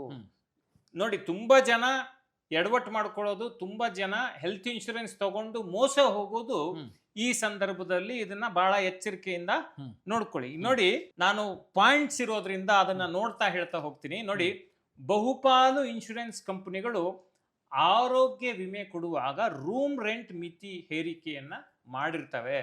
ಸಾಮಾನ್ಯವಾಗಿ ಇನ್ಶೂರೆನ್ಸ್ ಕವರೇಜ್ ಮೊತ್ತದ 1% to 2% ರೂಮ್ ರೆಂಟ್ ಮಿತಿ ಇರುತ್ತೆ. ಇನ್ಶೂರೆನ್ಸ್ ಕವರೇಜ್ ಮೊತ್ತ 5 ಲಕ್ಷ ಇದ್ರೆ ಅಥವಾ ಇನ್ಶೂರೆನ್ಸ್ ಕವರೇಜ್ ಮೊತ್ತ 10 ಲಕ್ಷ ಇದ್ರೆ ಅದರ 1% ಅಥವಾ 2% ನಿಮ್ಮ ರೂಮ್ ರೆಂಟ್ ಮಿತಿ ಇರುತ್ತೆ. ಸೊ ಕವರೇಜ್ ಮೇಲೆ. ಸೊ ಈಗ ಉದಾಹರಣೆಗೆ ರೂಮ್ ರೆಂಟ್ ಮಿತಿ 6,000 ರೂಪಾಯಿ ಇದೆ ಅಂತ ಇಟ್ಕೊಳ್ಳಿ. ಅಂದ್ರೆ ನೀವು ಆಸ್ಪತ್ರೆಗೆ ಅಡ್ಮಿಟ್ ಆದ್ರೆ ನೀವು 6,000 ರೂಪಾಯಿ ಒಳಗಡೆ ಇರೋ ರೂಮ್ ನಲ್ಲಿ ನೀವು ಇರಬೇಕು. ನೀವು 6,000 ರೂಪಾಯಿ ಒಳಗಡೆ ಇರೋ ರೂಮ್ ನಲ್ಲಿ ನೀವು ಚಿಕಿತ್ಸೆ ಪಡಿಬೇಕು ಅನ್ನೋ ಒಂದು ನಿಯಮ ಇರುತ್ತೆ ಅಂತ ಇಟ್ಕೊಳ್ಳಿ. ಈಗ ಏನಾಗುತ್ತೆ, ನೀವು 6,000 ರೂಪಾಯಿ ವಾರ್ಡ್ನ ಹೋಗಿ ನೋಡ್ತೀರಿ ಆಸ್ಪತ್ರೆಯಲ್ಲಿ. ಈ ವಾರ್ಡ್ ಯಾಕೋ ಚೆನ್ನಾಗಿಲ್ಲ, ಸೆಮಿ ಸ್ಪೆಷಲ್ಲು, ಹೌದು. ಈ ವಾರ್ಡ್ ನಂಗೆ ಯಾಕೋ ಇಷ್ಟ ಆಗ್ತಿಲ್ಲ, ಬೇರೆ ವಾರ್ಡ್ ತೋರಿಸಿ ಅಂತೀರಿ. ಆಸ್ಪತ್ರೆಯವ್ರು ತೋರಿಸ್ತಾರೆ, ನೀವು ಸ್ಪೆಷಲ್ ವಾರ್ಡ್ ತೋರಿಸ್ತಾರೆ, ಅದಕ್ಕೆ 12,000 ರೂಪಾಯಿ ಇರುತ್ತೆ. ನೀವೇನು ಅನ್ಕೋತೀರಿ, ಹೆಂಗೂ 6,000 ರೂಪಾಯಿ ಇವ್ರು ಕೊಡ್ತೀನಿ ಅಂತ ಹೇಳಿದ್ದಾರೆ ಇನ್ಶೂರೆನ್ಸ್ ಕಂಪ್ನಿಯವರು. ನಾನು ಇರೋದೊಂದು 4 ದಿನ, ಇನ್ನೊಂದು 6,000 ರೂಪಾಯಿ ನಾನು ಹಾಕೊಂಡು 6 24,000 ರೂಪಾಯಿ ಆಗತ್ತೆ ಅಷ್ಟೇ ರೂಮ್ ರೆಂಟು. ನಾನು ಹಾಕೊಂಡು ಈ ಚೆನ್ನಾಗಿರೋ ರೂಮಲ್ಲೇ ಇದ್ದು ಬಿಡ್ತೀನಿ ಅಂತ ಸಾಮಾನ್ಯವಾಗಿ ಇನ್ಶೂರೆನ್ಸ್ ಪಡ್ಕೊಂಡ್ರವರು ಅನ್ಕೋತಾರೆ. ಎಡವಟ್ಟು ಆಗೋದೇ ಇಲ್ಲಿ ಏನಾಗುತ್ತೆ, ಈ ರೀತಿ ಹೆಲ್ತ್ ಇನ್ಶೂರೆನ್ಸ್ ಕಂಪ್ನಿಗಳು, ನಾವು ಸಾಮಾನ್ಯರು ಲೆಕ್ಕಾಚಾರ ಮಾಡ್ಬೋಲ್ಲ, 6,000 ರೂಪಾಯಿ ಅವ್ರು ಕೊಡ್ತೀನಿ ಅಂತ ಹೇಳಿದಾರೆ, 6,000 ರೂಪಾಯಿ ನಾನು ಕೊಡ್ತೀನಿ, 6 24,000 ರೂಪಾಯಿ ಆಗ್ಬಿಡುತ್ತೆ, ಮತ್ತೇನು ತಲೆ ಬಿಸಿ ಇರಲ್ಲ ಅಂತ ನಾವು ಅನ್ಕೋತೀವಿ. ಬಟ್ ಅವ್ರು ಹಂಗ್ ಲೆಕ್ಕಾಚಾರ ಮಾಡಲ್ಲ. ಈಗ ನೋಡಿ, ನಿಮ್ಮ ರೂಮ್ನ ಮಿತಿ ಇದ್ದಾಗ ಅದರ ಮಿತಿಯಲ್ಲೇ ಡಾಕ್ಟರ್ ವೆಚ್ಚ, ನರ್ಸಿಂಗ್ ವೆಚ್ಚ, ಬೇರೆ ಚಿಕಿತ್ಸಾ ವೆಚ್ಚಗಳು ಇರ್ತವೆ. ನಿಮ್ಮ ರೂಮ್ ರೆಂಟ್ ಮಿತಿ ಜಾಸ್ತಿ ಆದಾಗ ಅದರ ವೆಚ್ಚಗಳು ಕೂಡ ಜಾಸ್ತಿ ಆಗ್ತವೆ. ಇನ್ಶೂರೆನ್ಸ್ ಕಂಪ್ನಿ ಇದನ್ನ ಹೆಂಗ್ ಅಂದಾಜು ಮಾಡುತ್ತೆ ಅಂತ ಹೇಳ್ದ ಅಂದ್ರೆ, ಈ 6,000 ರೂಪಾಯಿ ಇರೋ ರೂಮ್ ಇರುವಾಗ ನೀವು 12,000 ರೂಪಾಯಿ ರೂಮ್ ತಗೊಂಡ್ರೆ ಹೆಂಗ್ ಬದಲಾಗುತ್ತೆ ಅಂತ ಹೇಳಿದ್ರೆ, ಅವ್ರು ಹೆಂಗ್ ಯೋಚನೆ ಮಾಡ್ತಾರೆ ಅಂತ ಹೇಳಿದ್ರೆ, 6,000 ರೂಪಾಯಿ ಮಿತಿ ಇರುವಾಗ, ಅಂದ್ರೆ ರೂಮ್ ರೆಂಟ್ ಲಿಮಿಟ್ 6,000 ರುಪೀಸ್ ಇರುವಾಗ ನಾನು ಎಲ್ಲ ಕಾಸ್ಟ್ ಅನ್ನ ಕವರೇಜ್ ಮಾಡ್ತೀನಿ ಅಂತೇಳಿ ಹೆಲ್ತ್ ಇನ್ಶೂರೆನ್ಸ್ ಕಂಪನಿ ಆಗಿ ನಾನು ಹೇಳಿದ್ದೆ. ಈಗ ನೀವು 12,000 ರೂಪಾಯಿ ರೂಮ್ಗೆ ಹೋಗಿದ್ದೀರಿ. ಈಗ ನೋಡಿ, ನೀವು 12,000 ರೂಪಾಯಿ ರೂಮ್ಗೆ ಹೋಗಿದ್ದೀರಿ ಅಂತ ಹೇಳಿದ್ರೆ, ನಾನು ಹಾಕಿದ ಮಿತಿಗಿಂತ 50% ಹೆಚ್ಚು ಮೊತ್ತವನ್ನ ನೀವು ರೂಮ್ ಮೇಲೆ ಖರ್ಚು ಮಾಡಿದಿರಿ. ಅಂದ್ರೆ 6,000 ರೂಪಾಯಿ ನಿಗದಿ ಮಾಡಿದ್ರು, ಇವರು 12,000 ರೂಪಾಯಿ ರೂಮ್ಗೆ ಹೋಗಿದ್ದಾರೆ. ಸೊ ನಾನೇನ್ ಮಾಡ್ತೀನಿ, ಓವರ್ ಎಕ್ಸ್ಪೆನ್ಸ್ ಅಲ್ಲಿ, ಓವರ್ ಆಲ್ ಆಸ್ಪತ್ರೆ ಖರ್ಚಲ್ಲಿ 50% ಮಾತ್ರ ಕೊಡ್ತೀನಿ, ಇನ್ನು 50% ನೀನ್ ಕಟ್ಟಪ್ಪ ಅಂತ ಹೇಳ್ತಾರೆ. ಒಂದು ರೂಮ್ ಅಲ್ಲಿ ನಾವು 6,000 ಎಕ್ಸ್ಟ್ರಾ ಹಾಕ್ಲಿಕ್ಕೆ ಹೋಗ್ತೀವಿ ಅಂತ ಹೇಳಿದ್ರೆ, ರೂಮ್ ಅನ್ನ ನೀವು ವಿಸ್ತರಣೆ ಮಾಡ್ಕೊಳಕ್ ಹೋಗ್ತೀರಿ ಅಂತ ಹೇಳಿದ್ರೆ, ರೂಮಿಗೆ ತಕ್ಕಂಗೆ ಎಲ್ಲಾ ವೆಚ್ಚಗಳು ಜಾಸ್ತಿ ಆಗ್ತವೆ. ಆ ಅಧಿಕ ವೆಚ್ಚಗಳನ್ನ ಇನ್ಶೂರೆನ್ಸ್ ಕಂಪನಿ ಭರಿಸೋದಿಲ್ಲ, ನೀವು ಭರಿಸಬೇಕಾಗಿ ಬರುತ್ತೆ. ಹಾಗಾಗಿ ಪರಿಹಾರ ಏನು ಅಂತ ಹೇಳಿದ್ರೆ, ರೂಮ್ ರೆಂಟ್ ಮಿತಿ ಇಲ್ಲದೆ ಇರುವಂತಹ ಹೆಲ್ತ್ ಇನ್ಶೂರೆನ್ಸ್ ಪಾಲಿಸಿಗಳನ್ನ ತೆಗೆದುಕೊಳ್ಳಿ. ರೂಮ್ ರೆಂಟ್ ಮಿತಿ ಇದ್ರೆ ಏನಾಗುತ್ತೆ, ಕೈಯಿಂದ ದುಡ್ಡು ಹೋಗುತ್ತೆ. ನೀವು ಹೆಲ್ತ್ ಇನ್ಶೂರೆನ್ಸ್ ತಗೋಬೇಕು ಅಂತ ಪ್ಲಾನ್ ಮಾಡ್ತಿದ್ರೆ, ಡಿಸ್ಕ್ರಿಪ್ಷನ್ ಅಲ್ಲಿರೋ ಲಿಂಕ್ ಅನ್ನ ಬಳಸಿ ಖರೀದಿಯನ್ನ ಮಾಡಿ. ಈ ಮೂಲಕ ನೀವು ಖರೀದಿ ಮಾಡಿದ್ರೆ 25% ಡಿಸ್ಕೌಂಟ್ ಸಿಗುತ್ತೆ. ಅಷ್ಟೇ ಅಲ್ಲ, ತಿಂಗಳಿಗೆ 400 ರಿಂದ 500 ರೂಪಾಯಿ ಕಟ್ಟಿದ್ರೆ ಸಾಕು, ನಿಮಗೆ ಹತ್ರ 1 ಕೋಟಿ ರೂಪಾಯಿವರೆಗೆ ಕವರೇಜ್ ಸಿಗುತ್ತೆ. ಬರೀ 30 ನಿಮಿಷದಲ್ಲಿ ಕ್ಲೇಮ್ ಸಪೋರ್ಟ್ ಕೂಡ ಇಲ್ಲಿ ನಿಮಗೆ ಸಿಗುತ್ತೆ. ಅಷ್ಟೇ ಅಲ್ಲ, 51 ಪ್ರಮುಖ ಕಂಪನಿಗಳ ಹೆಲ್ತ್ ಇನ್ಶೂರೆನ್ಸ್ ಪ್ರಾಡಕ್ಟ್ಗಳನ್ನ ಕಂಪೇರ್ ಮಾಡಿ ಖರೀದಿ ಮಾಡಲಿಕ್ಕೆ ಇಲ್ಲಿ ನಿಮಗೆ ಅವಕಾಶ ಇದೆ. ಇನ್ಯಾಕ್ ತಡ, ಡಿಸ್ಕ್ರಿಪ್ಷನ್ ಅಲ್ಲಿರೋ ಲಿಂಕ್ ಅನ್ನ ಕ್ಲಿಕ್ ಮಾಡಿ ಸಾಧ್ಯವಾದಷ್ಟು ಬೇಗ ಹೆಲ್ತ್ ಇನ್ಶೂರೆನ್ಸ್ ಅನ್ನ ಖರೀದಿ ಮಾಡಿ. ನಿಮ್ಮ ಕುಟುಂಬದ ಸುರಕ್ಷತೆ ನಿಮ್ಮ ಕೈಯಲ್ಲಿದೆ, ಹಾಗಾಗಿ ತಡ ಮಾಡಬೇಡಿ. Correct, absolutely. ಇದು ತುಂಬಾ ಜನಕ್ಕೆ ಗೊತ್ತಿರಲಿಲ್ಲ. ಸೊ ಎಲ್ರಿಗೂ ಅರ್ಥ ಆಗೋ ರೀತಿಯಲ್ಲಿ ತಿಳಿಸಿರಿ. ಇನ್ನು 3ನೇದು ನೆಕ್ಸ್ಟ್. ಸೊ ಇನ್ನು ನೆಕ್ಸ್ಟ್ ಪಾಯಿಂಟ್, ವೇಟಿಂಗ್ ಪೀರಿಯಡ್. ನಾವು ತುಂಬಾ ಜನ ಏನ್ ಅನ್ಕೋತೀವಿ, ನಾನು ಇವತ್ತು ಹೆಲ್ತ್ ಇನ್ಶೂರೆನ್ಸ್ ತಗೊಂಡಿದ್ದೀನಿ, ನಂಗೆ ನಾಳೆನೋ ನಾಳಿದ್ದೋ ಏನೋ ಸಮಸ್ಯೆ ಆದ್ರೆ, ನಂಗೆ ಯಾವುದೇ ಸಮಸ್ಯೆ, ಹೆಲ್ತ್ ಸಮಸ್ಯೆ ಆದ್ರೂ ಕೂಡ ಇನ್ಶೂರೆನ್ಸ್ ಕವರೇಜ್ ಅನ್ನ ಅವರು ಕೊಡಬೇಕು ಅಂತೇಳಿ ಬಯಸ್ತೀವಿ. ಸೊ ಹಾಗಾಗಲ್ಲ ಅದು. ಯಾಕೆ ಅಂತ ಹೇಳಿದ್ರೆ, ಹೆಲ್ತ್ ಇನ್ಶೂರೆನ್ಸ್ ತೆಗೆದುಕೊಂಡ್ಮೇಲೆ ಕೆಲವು ನಿರ್ದಿಷ್ಟ ಕಾಯಿಲೆಗಳಿಗೆ ಚಿಕಿತ್ಸೆ ಕೊಡ್ಲಿಕ್ಕೆ ವೇಟಿಂಗ್ ಪೀರಿಯಡ್ ಅಂದ್ರೆ ಕಾಯುವಿಕೆ ಅವಧಿ ಅಂತ ಇರುತ್ತೆ. ಈಗ ಉದಾಹರಣೆಗೆ 30 ರಿಂದ 60 ದಿನಗಳ ಕಾಯುವಿಕೆ ವೇಟಿಂಗ್ ಪೀರಿಯಡ್ ಇರುತ್ತೆ. ಈಗ ನೋಡಿ, ನೀವು ಇವತ್ತು ಇನ್ಶೂರೆನ್ಸ್ ಪಡ್ಕೊಂಡು 5 ದಿನ ಆದ್ಮೇಲೆ ನೀವು ಅಸ್ತಮಾ ಇರೋದು ಗೊತ್ತಾಗುತ್ತೆ. ಯಾವ್ದೋ ವ್ಯಕ್ತಿ ಇವತ್ತು ಇನ್ಶೂರೆನ್ಸ್ ತಗೊಂಡಿರ್ತಾನೆ, 5 ದಿನ ಆದ್ಮೇಲೆ ಅವರಿಗೆ ಅಸ್ತಮಾ ಇದೆ ಅಂತೇಳಿ ಗೊತ್ತಾಗುತ್ತೆ. ಹಂಗ್ ಗೊತ್ತಾಗಿ ನೀವು ಆಸ್ಪತ್ರೆಗೆ ಅಡ್ಮಿಟ್ ಆಗ್ಬೇಕಾದಂತ ಪರಿಸ್ಥಿತಿ ಬಂದ್ರೆ, ಅದಕ್ಕೆ ನಿಮ್ಮ ಇನ್ಶೂರೆನ್ಸ್ ಕಂಪನಿ ಚಿಕಿತ್ಸೆಯನ್ನ ಕೊಡಲ್ಲ. ಯಾಕೆ ಅಂದ್ರೆ ವೇಟಿಂಗ್ ಪೀರಿಯಡ್ ಅನ್ನೋದು ಇರುತ್ತೆ. ಒಂದು ನೆನ್ಪಿಟ್ಕೊಳ್ಳಿ, ನೀವು ಯಾವುದೇ ಹೆಲ್ತ್ ಇನ್ಶೂರೆನ್ಸ್ ಕಂಪನಿಗೆ ಹೋದ್ರೂ ಕೂಡ ವೇಟಿಂಗ್ ಪೀರಿಯಡ್ ಇದ್ದೇ ಇರುತ್ತೆ. ವೇಟಿಂಗ್ ಪೀರಿಯಡ್ ಯಾವ ಹೆಲ್ತ್ ಇನ್ಶೂರೆನ್ಸ್ ಕಂಪನಿನಲ್ಲಿ ಕಡಿಮೆ ಇದೆ ಅದನ್ನ ಪರಿಗಣಿಸಿ. ಒಂದನೇದು. ಎರಡನೇದು ಏನಪ್ಪಾ ಅಂತ ಹೇಳಿದ್ರೆ, ಈ ವೇಟಿಂಗ್ ಪೀರಿಯಡ್ ನ ಜಂಜಾಟದಿಂದ ದೂರ ಆಗ್ಬೇಕು ಅಂತ ಹೇಳಿದ್ರೆ, ನೀವು ಕೆಲ್ಸಕ್ಕೆ ಸೇರಿದ ತಕ್ಷಣ ಒಂದು ಹೆಲ್ತ್ ಇನ್ಶೂರೆನ್ಸ್ ತಗೊಂಡ್ಬಿಡಿ. ಆಗ ಒಂದು 22-25 ವರ್ಷಕ್ಕೆಲ್ಲ ನೀವು ಕೆಲ್ಸಕ್ಕೆ ಸೇರ್ಕೊಂಡಿರ್ತೀರಿ. ಆಗ ಆರೋಗ್ಯ ಚೆನ್ನಾಗೇ ಇರುತ್ತೆ, ತುಂಬಾ ಸಮಸ್ಯೆ ಇರಲ್ಲ. ನೀವು ತಗೊಂಡ ನಂತರ ಒಂದು 6 ತಿಂಗಳು 1 ವರ್ಷದಲ್ಲಿ ಎಲ್ಲ ವೇಟಿಂಗ್ ಪೀರಿಯಡ್ ಮುಗಿದೋಗ್ತವೆ. ಆಮೇಲೆ ಚಿಕಿತ್ಸೆಯನ್ನ ಯಾವುದೇ ಅಡೆತಡೆ ಇಲ್ಲದೆ ಪಡ್ಕೊಳ್ಳಿಕ್ಕೆ ಸಾಧ್ಯ ಆಗುತ್ತೆ. ವೇಟಿಂಗ್ ಪೀರಿಯಡ್ ಅನ್ನ ಕಡಿಮೆ ಇರೋ ಇನ್ಶೂರೆನ್ಸ್ ಪಿಕ್ ಮಾಡಿ ವೇಟಿಂಗ್ ಪೀರಿಯಡ್ ನ ಸಮಸ್ಯೆಯಿಂದ ಬಚಾವಾಗ್ಲಿಕ್ಕೆ ಬೇಗ ಇನ್ಶೂರೆನ್ಸ್ ಮಾಡಿ. ಸೊ ಇಲ್ಲಿ ವೇಟಿಂಗ್ ಪೀರಿಯಡ್ ಅಂತ ಹೇಳಿದ್ರೆ ನಾವು ಫಸ್ಟ್ ಗೆ ತಗೊಳ್ಳುವಾಗ ಮಾತ್ರ ಇರುತ್ತೆ, ನಾವು ರಿನಿವಲ್ ಮಾಡುವಾಗ ವೇಟಿಂಗ್ ಪೀರಿಯಡ್ ಇಲ್ಲ. ಆದ್ರೆ ಒಂದೇನ್ ನೆನ್ಪಿಟ್ಕೋಬೇಕು ಅಂದ್ರೆ ಶೇಷ, ಈಗ ನಾನು ಒಂದು ಇನ್ಶೂರೆನ್ಸ್ ತಗೊಂಡು ಕಂಟಿನ್ಯೂಸ್ ಆಗಿ ಕಟ್ತಾ ಹೋದ್ರೆ ಅಲ್ಲಿ ಸಮಸ್ಯೆ ಆಗಲ್ಲ. ನಾನು ಈಗ ಒಂದು ಇನ್ಶೂರೆನ್ಸ್ ತಗೊಂಡಿದ್ದೀನಿ, ಯಾವ್ದೋ ಒಂದು XYZ ಅನ್ನೋ ಕಂಪ್ನಿ ಇನ್ಶೂರೆನ್ಸ್ ತಗೊಂಡಿದ್ದೀನಿ. ನಾನು 1 ವರ್ಷ ಕಟ್ತೆ, ನಂಗೆ 1 ವರ್ಷ 2ನೇ ವರ್ಷದ ಪ್ರೀಮಿಯಂ ಕಟ್ಟಕ್ ಆಗ್ಲಿಲ್ಲ, ನಾನು ಅದನ್ನ ಬಿಟ್ಬಿಟ್ಟೆ. 2 ವರ್ಷ 2 ತಿಂಗಳಾದ್ಮೇಲೆ ತಡಿ ನಾನು ಇನ್ನೊಂದು ಇನ್ಶೂರೆನ್ಸ್ ಪಾಲಿಸಿ ಮಾಡ್ಸಕ್ ಹೋಗೋಣ ಅಂತ ಬೇರೆ ಕಂಪ್ನಿ ಹತ್ರ ಹೋದ್ರೆ ಅಥವಾ ಅದೇ ಹಳೆ ಕಂಪ್ನಿ ಹತ್ರ ಹೋದ್ರು ಸಹಿತ ಅವ್ರು ಮತ್ತೆ ವೇಟಿಂಗ್ ಪೀರಿಯಡ್ ಅನ್ನ ಹಾಕ್ತಾರೆ. ಸೊ ಈಗ ನಾವು ಪೋರ್ಟ್ ಮಾಡಿದ್ರೆ, ಈಗ ನೀವು ಹೇಳಿದಂಗೆ XYZ ಕಂಪನಿ ಅಲ್ಲ, ನಾನು ಏನ್ ಹೇಳ್ತಿರೋದಂದ್ರೆ ನಿಮ್ಮ ಪಾಲಿಸಿ ಆಕ್ಟಿವ್ ಆಗಿದ್ರೆ ಮಾತ್ರ ನಿಮಗೆ ಮತ್ತೆ ವೇಟಿಂಗ್ ಪೀರಿಯಡ್ ಬರಲ್ಲ. ನೀವು ಪಾಲಿಸಿ ಆಕ್ಟಿವ್ ಈಗ 2 ವರ್ಷನೇ ನೀವು ಇವತ್ತು ಪಾಲಿಸಿ ಮಾಡಿಸಿದ್ರಿ, 2026 2027 ಪ್ರೀಮಿಯಂ ಕಟ್ಟಿದ್ರಿ, 2028 2029 ಪ್ರೀಮಿಯಂ ಕಟ್ಟಲಿಲ್ಲ.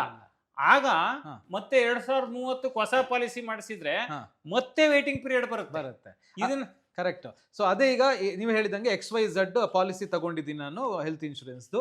ಸೊ ಈ ವರ್ಷದ 1 ವರ್ಷ ತಗೊಂಡಿರ್ತೀನಿ, 1 ವರ್ಷ ಮುಗಿತಾ ಇದ್ದಂಗೆ ಇವ್ರದ್ದೇನೋ ನಂಗೆ ಸರಿ ಇಲ್ಲಪ್ಪ, ನಾನು ಇನ್ನೊಂದಕ್ಕೆ ಪೋರ್ಟ್ ಮಾಡ್ತೀನಿ ಅಂತ ಹೇಳಿದ್ರೆ ಅವಾಗ ವೇಟಿಂಗ್ ಪೀರಿಯಡ್ ಇರುತ್ತಾ ಅಂತ? ಇಲ್ಲ, ಅವೆಲ್ಲ ವೇಟಿಂಗ್ ಪೀರಿಯಡ್ ಮತ್ತೊಂದು ಏನಿರಲ್ಲ. ಪೋರ್ಟ್ ಅಂತ ಹೇಳಿದ್ರೆ ಈಗ ಹೆಂಗೆ ನಾವು ಮೊಬೈಲ್ ಸಿಮ್ ಅನ್ನ ಒಂದು ಸಂಸ್ಥೆಯಿಂದ ಮತ್ತೊಂದು ಸಂಸ್ಥೆಗೆ ಪೋರ್ಟ್ ಮಾಡ್ಕೋತೀವಲ್ಲ, ಆ ರೀತಿ ಹೆಲ್ತ್ ಇನ್ಶೂರೆನ್ಸ್ ಅನ್ನು ಪೋರ್ಟ್ ಮಾಡ್ಕೊಳ್ಳಿಕ್ಕೆ ಸಾಧ್ಯ ಇದೆ. ಈ ಪೋರ್ಟ್ ನ ಸವಾಸನೆ ಬೇಡ ಅಂತ ಹೇಳಿದ್ರೆ ಸರಿಯಾದ ಕಂಪ್ನಿನ ಮೊದಲೇ ಪಿಕ್ ಮಾಡ್ಕೊಂಡು ತಗೊಂಡ್ಬಿಡಿ, ಇದು ಯಾವ ಗೋಜಲು ಇರಲ್ಲ. ಹೆಂಗೆ ಒಳ್ಳೆ ಕಂಪ್ನಿ ಪಿಕ್ ಮಾಡೋದು ಅನ್ನೋದನ್ನು ನಾವು ಮುಂದೆ ಹೇಳ್ತೀವಿ. ಮತ್ತೆ ಕೆಲವು ಆಯ್ಕೆಗಳನ್ನು ಹೆಂಗೆ ನೋಡ್ಕೊಳ್ಳೋದು ಅನ್ನೋದ್ರ ಬಗ್ಗೆ ಕೂಡ ನಾವು ತಿಳಿಸ್ತೀವಿ. ಸೊ ಈ ವೇಟಿಂಗ್ ಪೀರಿಯಡ್ ಆಯ್ತು, ಇದರಲ್ಲಿ ಸಬ್ ಲಿಮಿಟ್ ಅಂತ ಒಂದು ಇದೆಯಲ್ಲ, ಈ ಸಬ್ ಲಿಮಿಟ್ ಅಂದ್ರೆ ಏನು, ಅದನ್ನ ಹೆಂಗ್ ಚೆಕ್ ಮಾಡೋದು, ಯಾಕೆ ಚೆಕ್ ಮಾಡಬೇಕು? ಈಗ ನೋಡಿ, ಸಬ್ ಲಿಮಿಟ್ ಅನ್ನೋದು ಹೆಲ್ತ್ ಇನ್ಶೂರೆನ್ಸ್ ತೆಗೆದುಕೊಳ್ಳುವಾಗ ಚೆಕ್ ಮಾಡಬೇಕಾದಂತ ಬಹಳ ಇಂಪಾರ್ಟೆಂಟ್ ಆಸ್ಪೆಕ್ಟ್ ವಿಶೇಷ.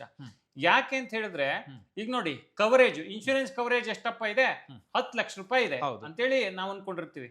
ಈಗ ಯಾರಿಗೋ ಇದ್ದಕ್ಕಿದ್ದಂಗೆನೆ ಹಾರ್ಟ್ ಪ್ರಾಬ್ಲಮ್ ಆಗುತ್ತೆ, ಅಲ್ಲಿ ಹೋಗಿ ಆಸ್ಪತ್ರೆಗೆ ಅಡ್ಮಿಟ್ ಆದ್ರೆ ಅವ್ರು ಹೇಳ್ತಾರೆ ನಿಮ್ಗೆ ಹಾರ್ಟಿಗೆ ಸಂಬಂಧಪಟ್ಟಂಗೆ ಬರೀ 3 ಲಕ್ಷ ಮಾತ್ರ ಕವರೇಜ್ ಇರೋದು ಅಂತ.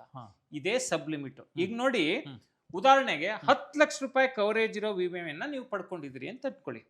ಇದರಲ್ಲಿ ಬೇರೆ ಬೇರೆ ತರದ ಚಿಕಿತ್ಸೆಗೆ ಸಬ್ ಲಿಮಿಟ್ ಮಿತಿಗಳನ್ನ ಹೇರಿರ್ತಾರೆ.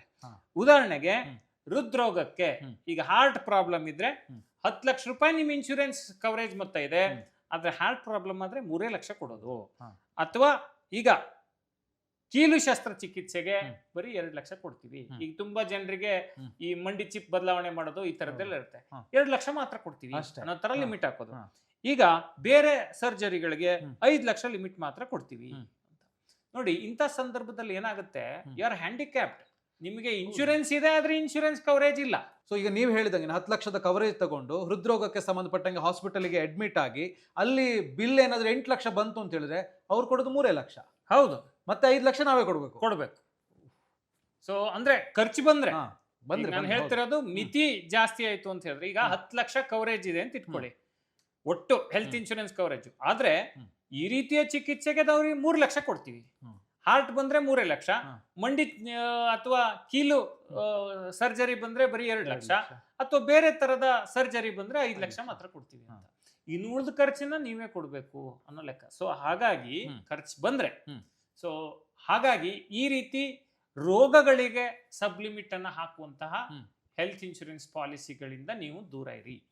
ಸೊ ತುಂಬಾ ಇಂಪಾರ್ಟೆಂಟ್ ಪಾಯಿಂಟ್, ಗೊತ್ತೇ ಆಗಲ್ಲ, ಯಾರು ಹೇಳ್ತಾರೆ ತುಂಬಾ ಚೆನ್ನಾಗಿದೆ ಅಂತೇಳಿ ತಗೊಳ್ಳುವಂತವರೇ ಜಾಸ್ತಿ. ಈ ಸಬ್ ಲಿಮಿಟ್, ವೇಟಿಂಗ್ ಪೀರಿಯಡ್ ಇದೆಲ್ಲ ನೋಡದೇ ಇದ್ರೆ ಭಾರಿ ಕಷ್ಟ ಆಗುತ್ತೆ ನಿಜವಾಗ್ಲು. So room rent, waiting period, limit check ಇವೆಲ್ಲವನ್ನು ಕೂಡ ಇನ್ ಡೀಟೇಲ್ ಆಗಿ ತಿಳಿಸ್ಕೊಟ್ರಿ. ಇನ್ನು ನೆಕ್ಸ್ಟ್ ಇನ್ಶೂರೆನ್ಸ್ ಅನ್ನ ನಾವು ತಗೋಬೇಕಿದ್ರೆ ಏನ್ ಪರಿಗಣಿಸಬೇಕು ಅಂತ ನೋಡಿ, ತುಂಬಾ ಇಂಪಾರ್ಟೆಂಟ್ ಆಸ್ಪೆಕ್ಟ್ ಒಂದನ್ನು ನಾನು ಹೇಳ್ತೀನಿ. Pre hospitalisation charges, post hospitalisation charges ಅಂತೇಳಿ ಇರುತ್ತೆ. ಅಂದ್ರೆ ಈಗ ಆಸ್ಪತ್ರೆಗೆ ಸೇರೋಕ್ ಮುಂಚೆ ಕೆಲವು ಪರೀಕ್ಷೆಗಳನ್ನ ಮಾಡಿಸ್ಬೇಕಾಗಿ ಬರುತ್ತೆ. ಈಗ ಸೇ ಫಾರ್ ಎಕ್ಸಾಂಪಲ್ ಯಾರಿಗೋ ಒಂದು ಸರ್ಜರಿ ಮಾಡಬೇಕು, ಸರ್ಜರಿ ಮಾಡಕ್ ಮುಂಚೆ CT ಸ್ಕ್ಯಾನು, ಮತ್ತೊಂದು ಸ್ಕ್ಯಾನು, ಹೌದು. ಈ ರೀತಿ ಎಕ್ಸ್ರೇ, ಈ ರೀತಿ ಏನೇನೋ ಮಾಡ್ತಾರೆ. ನಮ್ಗೆ ಹೌದು. ಮೆಡಿಕಲ್ ಟರ್ಮ್ಸ್ ಗೊತ್ತಿಲ್ಲ. ಹ್ಮ್. ಈ ರೀತಿ ಮಾಡಿದಾಗ ಅದಕ್ಕೆ ತುಂಬಾ ಖರ್ಚು ಬರುತ್ತೆ. ಹೌದು. ನಾವು ಕೈಯಿಂದ ಅದಕ್ಕೆ ದುಡ್ಡು ಕೊಡ್ಬೇಕಾಗಿ ಬರುತ್ತೆ. ಹ್ಮ್. ಈ ಕೈಯಿಂದ ದುಡ್ಡು ಕೊಡೋ ಬದಲು ಹ್ಮ್. ಅದನ್ನು ಕವರೇಜ್ ಮಾಡುವಂತ ಕೆಲವು ಇನ್ಶೂರೆನ್ಸ್ಗಳಿದಾವೆ, ಅದನ್ನ ತಗೋಬಹುದು. ಹ್ಮ್. ಮತ್ತೀಗ ಹಾಸ್ಪಿಟ್ಲಿಗೆ ಸೇರಿದ ನಂತರ ಹಾ. ನಾವು ಡಿಸ್ಚಾರ್ಜ್ ಆದ ನಂತರ ಕೂಡ ನಾವು ರಿಕವರಿ ಟೈಮಲ್ಲಿ ಹ್ಮ್. ಸ್ಕ್ಯಾನ್ ಮಾಡ್ಬೇಕಾಗಿ ಬರುತ್ತೆ, ಮೆಡಿಸಿನ್ಗಳು ತಗೋಬೇಕಾಗಿ ಬರುತ್ತೆ. ಆ ಟೈಮಲ್ಲೂ ಸುಮಾರು ಒಂದು 30 ದಿನದಿಂದ 60 ದಿನ ತುಂಬಾ ಖರ್ಚು ಬರುತ್ತೆ. ಹಾ. ಆ ಖರ್ಚಿಗೂ ಕೂಡ ಹ್ಮ್. ಇನ್ಶೂರೆನ್ಸ್ ಕವರೇಜ್ ಕೊಡುವಂತಹ ಇನ್ಶೂರೆನ್ಸ್ಗಳಿದಾವೆ. ಹಾ. ಅಂತ ಇನ್ಶೂರೆನ್ಸ್ ಅನ್ನ ಪರಿಗಣಿಸಬಹುದು. ಹ್ಮ್. ಆದ್ರೆ ಇದು ಇರ್ಲೇಬೇಕಾದಂತ ನಾರ್ಮಲ್. ಹ್ಮ್. ಇದು ಇದ್ರೆ ಅನುಕೂಲ.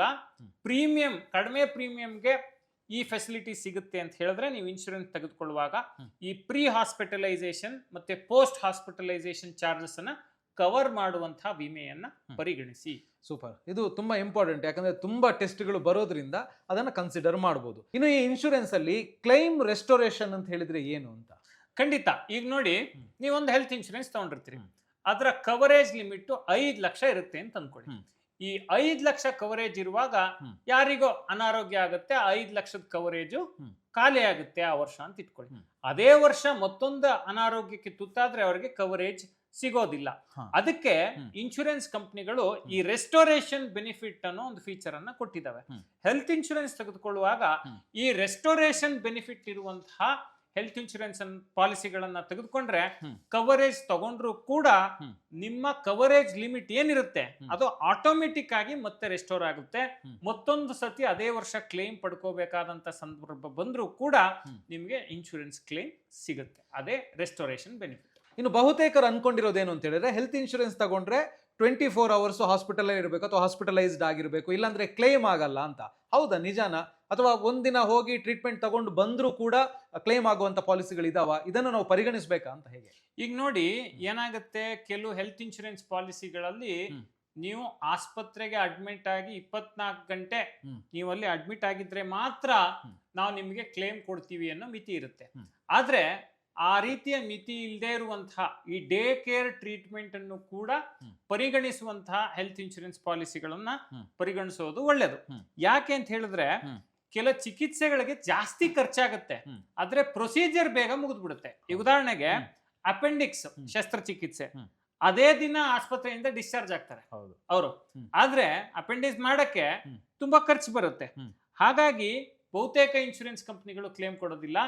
ಈಗ ಏನ್ ಮಾಡ್ತವೆ ಅಂತ ಹೇಳಿದ್ರೆ, ಈ ಡೇ ಕೇರ್ ಟ್ರೀಟ್ಮೆಂಟ್ಗೂ ಕವರೇಜ್ ಕೊಡುವಂತಹ ಇನ್ಶೂರೆನ್ಸ್ ಗಳನ್ನ ನಾವು ಕನ್ಸಿಡರ್ ಮಾಡಿದ್ರೆ ನಮ್ಗೆ ಈ ರೀತಿಯ ಒಂದೇ ದಿನದಲ್ಲಿ ಚಿಕಿತ್ಸೆ ತೆಗೆದುಕೊಂಡು ಆಸ್ಪತ್ರೆಯಿಂದ ಡಿಸ್ಚಾರ್ಜ್ ಆಗುವಂತಹ ಸಂದರ್ಭಗಳಿಗೂ ಕೂಡ ವಿಮಾ ಕವರೇಜ್ ಸಿಗುತ್ತೆ. ಅದನ್ನ ಪರಿಗಣಿಸಬೇಕು ವಿಮೆ ಮಾಡಿಸ್ಕೊಳ್ಳುವಾಗ. ಸೊ ಇಲ್ಲಾಂದ್ರೆ ಸುಮ್ಮನೆ ಇನ್ಶೂರೆನ್ಸ್ ಮಾಡಿದ್ರು ಕೂಡ ಅದರ ಬೆನಿಫಿಟ್ ಅನ್ನು ನಾವು ತಗೊಳ್ಳಿಕ್ಕೆ ಆಗುದಿಲ್ಲ ಅಂತ ಹೇಳಿ, ಸೊ ಇದನ್ನು ಕೂಡ ಪರಿಗಣಿಸಬೇಕು. ಇನ್ನು ಬಹಳಷ್ಟು ಜನ ಹೇಳೋ ಇನ್ನೊಂದು ಮಾತೇನು ಅಂತ ಹೇಳಿದ್ರೆ, ನಾವು 8 ವರ್ಷಗಳಿಂದ ಹೆಲ್ತ್ ಇನ್ಶೂರೆನ್ಸ್ ಪ್ರೀಮಿಯಂ ಕಟ್ಕೊಂಡೇ ಬಂದಿದ್ದೀವಿ, ನಮ್ಗೆ ಏನು ಯೂಸ್ ಆಗ್ತಾ ಇಲ್ಲ ಅಂತ. ಬಟ್ ಹಾಗೆ ಆ ಥರ ಪ್ರೀಮಿಯಂ ಅನ್ನ ಲಾಂಗ್ ಟರ್ಮ್ ಅಲ್ಲಿ ಕಟ್ಕೊಂಡು ಬಂದ್ರೆ ಒಂದೇ ಒಂದ್ ಸರ್ತಿ ಕೂಡ ಕ್ಲೈಮ್ ಮಾಡಿಲ್ಲ ಅಂತ ಹೇಳಿದ್ರೆ ಏನಾದ್ರು ಬೆನಿಫಿಟ್ ಸಿಗುತ್ತಾ? ಖಂಡಿತ ಶೇಷ. ನೋಡಿ, ಬಹುತೇಕ ಹೆಲ್ತ್ ಇನ್ಶೂರೆನ್ಸ್ ಪಾಲಿಸಿಗಳಲ್ಲಿ ಈ ನೋ ಕ್ಲೇಮ್ ಬೋನಸ್ ಅಂತೇಳಿ ಇರುತ್ತೆ, ಬಹುತೇಕ ಪಾಲಿಸಿಗಳಲ್ಲಿ ಇರುತ್ತೆ. ಆ ನೋ ಕ್ಲೇಮ್ ಬೋನಸ್ ಅನ್ನ ಆಡ್ ಮಾಡ್ತಾ ಹೋಗುವಂತಹ ಇನ್ಶೂರೆನ್ಸ್ ಗಳನ್ನ ಪರಿಗಣಿಸಿ. ಈಗ ಈ ವರ್ಷ ಏನು ಕ್ಲೇಮ್ ಮಾಡ್ಲಿಲ್ಲ ಅಂದ್ರೆ ಆ ನೋ ಕ್ಲೇಮ್ ಬೋನಸ್ ಅನ್ನ ಇನ್ಶೂರೆನ್ಸ್ ಕಂಪನಿ ನಿಮ್ಮ ಟೋಟಲ್ ಕ್ಲೇಮ್ ಮೊತ್ತ ಏನಿದೆ ಅದಕ್ಕೆ ಆಡ್ ಮಾಡ್ತಾ ಹೋಗುತ್ತೆ. ಅದಕ್ಕೆ ಇಂತಿಷ್ಟು ವರ್ಷ ಅಂತೇಳಿ ಮಿತಿ ಇದೆ, ಅದಾದ ನಂತರ ಅದು ಲ್ಯಾಪ್ಸ್ ಆಗುತ್ತೆ. ಬಟ್ ನೋ ಕ್ಲೇಮ್ ಬೋನಸ್ ಅನ್ನ ಕನ್ಸಿಡರ್ ಮಾಡುವಂಥದ್ದು ಅಂದ್ರೆ ನಾವು ಈ ವರ್ಷ ಯಾವುದೇ ಕ್ಲೇಮ್ ಮಾಡಿಲ್ಲ, ಅದರ ಬೆನಿಫಿಟ್ ಅನ್ನ ನಮ್ಮ ಇನ್ಶೂರೆನ್ಸ್ ಪಾಲಿಸಿಯಲ್ಲಿ ನೀವು ಆಡ್ ಮಾಡಿ ಅನ್ನುವಂಥದ್ದೇ ನೋ ಕ್ಲೇಮ್ ಬೋನಸ್. ಆ ನೋ ಕ್ಲೇಮ್ ಬೋನಸ್ ಅನ್ನ ಹೆಚ್ಚುವರಿ ಅನುಕೂಲವನ್ನ ಕೊಡುವಂಥದ್ದೇ ನೋ ಕ್ಲೇಮ್ ಬೋನಸ್. ಆ ಫೀಚರ್ ಅನ್ನ ನೀವು ಹೆಲ್ತ್ ಇನ್ಶೂರೆನ್ಸ್ ತೆಗೆದುಕೊಳ್ಳುವಾಗ ಪರಿಗಣಿಸಿ. ಓಕೆ, ಇನ್ನು ಹಾಸ್ಪಿಟಲ್ ಆಗದೇನೆ ನಮ್ಗೆ ಏನಾದರೂ ಹೆಲ್ತ್ ಚೆಕಪ್ ಮಾಡಬೇಕು ಅಂತ ಹೇಳಿದಾಗ ಈ ಇನ್ಶೂರೆನ್ಸ್ಗಳು ಅಲ್ಲಿ ಸಹಕಾರಿ ಆಗುತ್ತಾ? ಅದಕ್ಕೂ ಕೂಡ ಕ್ಲೈಮ್ ಮಾಡುವಂತ, ಅದರಲ್ಲೂ ಕೂಡ ಏನಾದರೂ ಸಿಗುವಂತ ಇನ್ಶೂರೆನ್ಸ್ಗಳಿದಾವ ಅಂತ? ಈಗ ನೋಡಿ, ವರ್ಷಕ್ಕೊಂದ್ಸತಿ ಆದ್ರೂ, ಈಗ ಹೆಂಗಿದೆ ಪರಿಸ್ಥಿತಿ ಅಂತ ಹೇಳಿದ್ರೆ, ವರ್ಷಕ್ಕೊಂದ್ಸರಿ ಆದ್ರೂ ಇಡೀ ಬಾಡಿ ಚೆಕಪ್ ಮಾಡಿಸ್ಕೊಂಡು ಆರೋಗ್ಯ ತಪಾಸಣೆ ಮಾಡಿಸ್ಕೊಳ್ಳುವಂತ ಸಂದರ್ಭ ಇದೆ. ಯಾಕೆ ಅಂತ ಹೇಳಿದ್ರೆ, ಈಗಿನ ಆಧುನಿಕ ಜೀವನ ಶೈಲಿಲಿ ನಮಗೆ ಅನಾರೋಗ್ಯ ಅಂತ ಮುನ್ಸೂಚನೆ ಸಿಗ್ಬೇಕು ಅಂತ ಹೇಳಿದ್ರೆ ನಾವು ಆ ರೀತಿ ಪರೀಕ್ಷೆಗಳನ್ನ ಮಾಡ್ಕೋಬೇಕಾಗತ್ತೆ. ಸೊ ಅದಕ್ಕೂ ಕೂಡ ಈ ರೀತಿ ಚೆಕಪ್ ಮಾಡಿಸೋದಕ್ಕೆ ಉಚಿತ ಆರೋಗ್ಯ ತಪಾಸಣೆಯನ್ನ ಸಹಕರಿಸುವಂತಹ ಹೆಲ್ತ್ ಇನ್ಶೂರೆನ್ಸ್ ಪಾಲಿಸಿಗಳಿದಾವೆ. ಈಗ ಸೇ ಫಾರ್ ಎಕ್ಸಾಂಪಲ್ ವರ್ಷಕ್ಕೆ 10,000 ರೂಪಾಯಿ ಮಿತಿಯಲ್ಲಿ ಮನೆಯಲ್ಲಿ ಇಬ್ರು ಗಂಡ ಹೆಂಡತಿ ಆರೋಗ್ಯ ತಪಾಸಣೆಗೆ ಒಳಗಾಗ್ಬೋದು, ಬೇರೆ ಬೇರೆ ಚೆಕಪ್ಗಳನ್ನ ಮಾಡಿಸ್ಬೋದು. ಅದಕ್ಕೆ ನಾವು 10,000 ರೂಪಾಯಿ ಕೊಡ್ತೀವಿ ಅಂತೇಳಿ ಇನ್ಶೂರೆನ್ಸ್ ಪಾಲಿಸಿಯಲ್ಲಿ ಒಂದು ವ್ಯವಸ್ಥೆ ಇರುತ್ತೆ. ಆ ರೀತಿಯ ವ್ಯವಸ್ಥೆ ಇರುವಂತ ಇನ್ಶೂರೆನ್ಸ್ ಗಳನ್ನ ಪರಿಗಣಿಸಬಹುದು. ಸೊ ಇನ್ನು ಬಹುತೇಕ ಇನ್ಶೂರೆನ್ಸ್ ಕಂಪನಿಗಳು ಅಲೋಪತಿಗೆ ಮಾತ್ರ ಪಾಲಿಸಿಯನ್ನ ಕೊಡ್ತವೆ. ಆಯುರ್ವೇದಿಕ್ ಆದ್ರೆ ಹೆಂಗೆ ಅಂತ ಈಗ ನೋಡಿ, ಬಹಳಷ್ಟು ಇನ್ಶೂರೆನ್ಸ್ ಕಂಪನಿಗಳು ಈಗ ಆಯುಷ್ ಚಿಕಿತ್ಸೆಗೂ ಕೂಡ ಕವರೇಜ್ ಅನ್ನ ಕೊಡುವಂತ ವ್ಯವಸ್ಥೆಯನ್ನ ಮಾಡಿವೆ. ನೀವು ಪಾಲಿಸಿ ತೆಗೆದುಕೊಳ್ಳುವಾಗ ಅದನ್ನ ನಿಮ್ಮ ಏಜೆಂಟ್ ಅಥವಾ ನಿಮ್ಮ ಪಾಲಿಸಿ ಡಾಕ್ಯುಮೆಂಟ್ ಅಲ್ಲಿ ನೋಡ್ಕೊಳ್ಳಿ. ಈಗ ನೋಡಿ, ಪಂಚಕರ್ಮ ಮಾಡಿಸಿ ಅಂತ ಹೇಳ್ತಾರೆ. ಪಂಚಕರ್ಮ ಆರೋಗ್ಯಕ್ಕೆ ಒಳ್ಳೇದು ಅನ್ನೋದು ಎಲ್ಲರಿಗೂ ಗೊತ್ತು. ಅಂದ್ರೆ ತುಂಬಾ ಜನರು ಅದು ಅನುಭವದಿಂದ ಹೇಳ್ತಾರೆ, ವೈದ್ಯರು ಕೂಡ ಹೇಳ್ತಾರೆ. ಸೊ ಪಂಚಕರ್ಮ ತಗೋಬೇಕು, ಒಂದು 15 ದಿವಸ 20 ದಿವಸ ಇರ್ಬೇಕಾಗತ್ತೆ ಅಂತ ಹೇಳಿದ್ರೆ ಒಂದು 30,000 ತನಕ ಖರ್ಚು ಬರುತ್ತೆ. ಸೊ ಅದಕ್ಕೆ ಆ ರೀತಿಯ ಈ ಆಯುಷ್ ಟ್ರೀಟ್ಮೆಂಟ್ ಗಳಿಗೆ ಕವರೇಜ್ ಕೊಡುವಂತಹ ಪಾಲಿಸಿಗಳನ್ನು ತೆಗೆದುಕೊಳ್ಳಿ. ಒಂದು ವೇಳೆ ನಿಮಗೆ ಆ ರೀತಿಯ ಚಿಕಿತ್ಸೆ ಪಡ್ಕೊಳ್ಬೇಕಾದಂತ ಸಂದರ್ಭ ಬಂದ್ರೆ ನಿಮ್ಮ ಇನ್ಶೂರೆನ್ಸ್ ನಿಂದ ಅದಕ್ಕೆ ಕ್ಲೇಮ್ ಸಿಗುತ್ತೆ. ಇನ್ನು ಹೆರಿಗೆಗೆ ಕೂಡ ಏನಾದ್ರೂ ಇನ್ಶೂರೆನ್ಸ್ ಕವರೇಜ್ ಸಿಗುತ್ತಾ?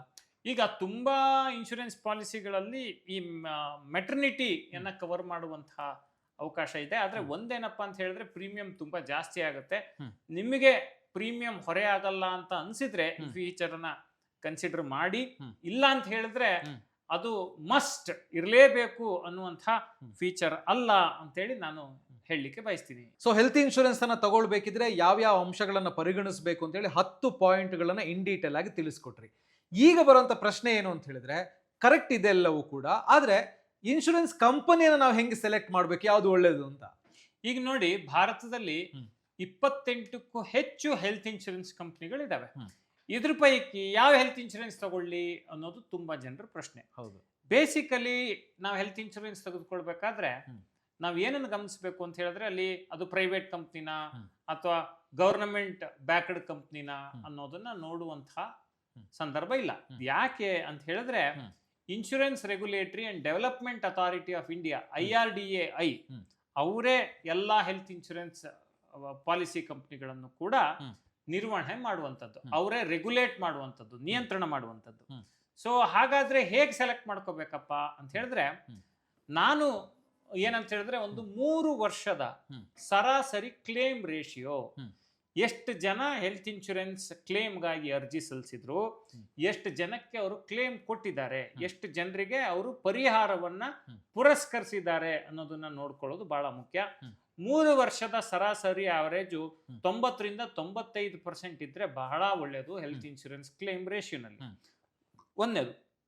ಎರಡನೇದೇನಪ್ಪಾ ಅಂತ ಹೇಳಿದ್ರೆ, ನೀವು ಹೆಲ್ತ್ ಇನ್ಶೂರೆನ್ಸ್ ಮಾಡಿಸುವ ಸಂದರ್ಭದಲ್ಲಿ ನೀವು ಆ ಕಂಪನಿಯ ಹೆಸರನ್ನು ಕೇಳಿದೀರಾ, ಆ ಕಂಪನಿ ಎಷ್ಟು ದೊಡ್ಡದು, ಎಷ್ಟು ವರ್ಷದಿಂದ ಮಾರ್ಕೆಟ್ ಅಲ್ಲಿ ಇದೆ, ಎಷ್ಟು ಜನಪ್ರಿಯ ಆಗಿದೆ, ಜನರು ಆ ಕಂಪನಿಯ ಪ್ರಾಡಕ್ಟ್ಸ್ ಗಳ ಬಗ್ಗೆ ಯಾವ ರೀತಿ ಅಭಿಪ್ರಾಯ ಹೊಂದಿದ್ದಾರೆ, ಈ ರೀತಿಯ ಮಾಹಿತಿಯನ್ನು ಕೂಡ ತೆಗೆದುಕೊಳ್ಳುವಂಥದ್ದು ಬಹಳ ಬಹಳ ಮುಖ್ಯ. ಅದನ್ನ ಕೂಡ ಕನ್ಸಿಡರ್ ಮಾಡಬೇಕಾಗಿ ಬರುತ್ತೆ. ಇನ್ನು ಕ್ಲೇಮ್ ರೇಷಿಯೋ ನಾನು ಹೇಳದ್ನಲ್ಲ ಆಗ್ಲೇ, 90 to 95% ಇದ್ರೆ ಬಹಳ ಒಳ್ಳೇದು ಅಂತ ಹೇಳಿ. ಮತ್ತೆ ನೆಟ್ವರ್ಕ್ ಹಾಸ್ಪಿಟಲ್ಸ್ ತುಂಬಾ ಮುಖ್ಯ. ಎಷ್ಟು ಕಡೆ ಈಗ ಒಂದು 3,000 ಆಸ್ಪತ್ರೆಗಳ ಜೊತೆ ಟೈಅಪ್ ಇದೆಯಾ, 4,000 ಹಾಸ್ಪಿಟಲ್ಗಳ ಜೊತೆ ಟೈಅಪ್ ಇದೆಯಾ, ನೀವು ಯಾವ್ಯಾವ ಆಸ್ಪತ್ರೆಯಲ್ಲಿ ಚಿಕಿತ್ಸೆ ಪಡ್ಕೋಬಹುದು ಈ ಇನ್ಶೂರೆನ್ಸ್ ತಗೊಂಡ್ರೆ ಅನ್ನೋದು ತುಂಬಾ ಮುಖ್ಯ ಆಗತ್ತೆ. ಮತ್ತೆ ಪ್ರೀಮಿಯಂ ಎಷ್ಟು, ಎಲ್ಲಾ ಫೆಸಿಲಿಟಿಗಳ ಜೊತೆ ಪ್ರೀಮಿಯಂ ಕೂಡ ಅಫೋರ್ಡೆಬಲ್ ಇದೆಯಾ, ಕಂಪ್ನಿ ಟ್ರಸ್ಟ್ ವರ್ದಿ ಇದೆಯಾ, ಪ್ರೀಮಿಯಂ ಅಫೋರ್ಡೆಬಿಲಿಟಿ ಇದೆಯಾ, ಕ್ಲೇಮ್ ರೇಷಿಯೋ ಚೆನ್ನಾಗಿದೆಯಾ, ಮತ್ತೆ ನೆಟ್ವರ್ಕ್ ಹಾಸ್ಪಿಟಲ್ಸ್ ಜಾಸ್ತಿ ಆಸ್ಪತ್ರೆಗಳ ಜೊತೆ ಇವರು ಟೈಅಪ್ ಆಗಿದ್ದಾರಾ ಅನ್ನೋದನ್ನ ಯಾವುದೇ ಇನ್ಶೂರೆನ್ಸ್ ಕಂಪನಿಯ ಇನ್ಶೂರೆನ್ಸ್ ತೆಗೆದುಕೊಳ್ಳೋ ಮುಂಚೆ, ಹೆಲ್ತ್ ಇನ್ಶೂರೆನ್ಸ್ ತೆಗೆದುಕೊಳ್ಳೋ ಮುಂಚೆ ನೋಡೋ ಅಂತದ್ದು ಬಹಳ ಮುಖ್ಯ ಶೇಷ. ಇಷ್ಟನ್ನು ಮಾಡಿದ್ರೆ ನೀವು ಸರಿಯಾದ ರೀತಿಯಲ್ಲಿ ಆರೋಗ್ಯ ವಿಮೆಯನ್ನ ಪಡೆದು ಯಾರಿಗೂ ತೊಂದರೆ ಆಗೋದು ಬೇಡ, ತೊಂದರೆ ಆದಂತ ಸಂದರ್ಭದಲ್ಲಿ ಆ ಆರೋಗ್ಯ ವಿಮೆಯ ನೆರವನ್ನ ಪಡಿಲಿಕ್ಕೆ ಸಾಧ್ಯ. ಖಂಡಿತವಾಗ್ಲೂ ಹೆಲ್ತ್ ಇನ್ಶೂರೆನ್ಸ್ ಇಲ್ಲದವರು ಕೂಡ ಈಗಲೇ ಹೆಲ್ತ್ ಇನ್ಶೂರೆನ್ಸ್ ಮಾಡಿಸಿ ಅಂತ ನಾವು ಹೇಳಲೇಬೇಕಾಗುತ್ತೆ. ಯಾಕಂದ್ರೆ ಪ್ರತಿಯೊಬ್ಬರಿಗೂ ಕೂಡ ನೀವು ಹೇಳಿದ ರೀತಿಯಲ್ಲಿ ನೋಡಿದಾಗ health insurance important. Health insurance ಇಲ್ಲ ಅಂತ ಹೇಳಿದ್ರೆ ಖಂಡಿತವಾಗ್ಲೂ ಹಾಸ್ಪಿಟಲ್ಗೆ ಅಡ್ಮಿಟ್ ಆಗಬೇಕಾದ ಪರಿಸ್ಥಿತಿ ಬಂದ್ರೆ ಕೈಲಿದ್ದಂಥ ದುಡ್ಡು ಖರ್ಚು ಮಾಡಿ ಸಾಲ ಸೋಲ ಮಾಡಿ ತಲೆ ಮೇಲೆ ಹೇಳ್ಕೊಂಡು ಬೀದಿ ಪಾಲಾಗುವಂಥ ಚಾನ್ಸಸ್ ಇರುತ್ತೆ. ಹಾಗಾಗಿ ನೀವು ಹೇಳಿದಂಥ ಈ ಎಲ್ಲ ಅಂಶಗಳನ್ನು ಪರಿಗಣಿಸಿ ಹೆಲ್ತ್ ಇನ್ಶೂರೆನ್ಸ್ ಅನ್ನು ತಗೊಂಡ್ರೆ ಖಂಡಿತವಾಗ್ಲೂ ಅದರಿಂದ ಬೆನಿಫಿಟ್ ಆಗುತ್ತೆ. Thank you once again Sharath ಅವರೇ. Thank you very much. Thank you Shesha. So ಈ ವಿಡಿಯೋ ನಿಮಗೆ ಇಷ್ಟ ಆಗಿದೆ ಅಂತ ಅನ್ಕೊಳ್ತೀನಿ. ಲೈಕ್ ಮಾಡಿ, ಶೇರ್ ಮಾಡಿ, ಪ್ರತಿಯೊಬ್ಬರಿಗೂ ಕೂಡ ಈ ಹೆಲ್ತ್ ಇನ್ಶೂರೆನ್ಸ್ ಬಗ್ಗೆ ಅರಿವು ಮೂಡಿಸುವಂತ ಕೆಲಸ ನಿಮ್ಮಿಂದಾಗ್ಲಿ. Thank you. Boss Wala. Be the boss.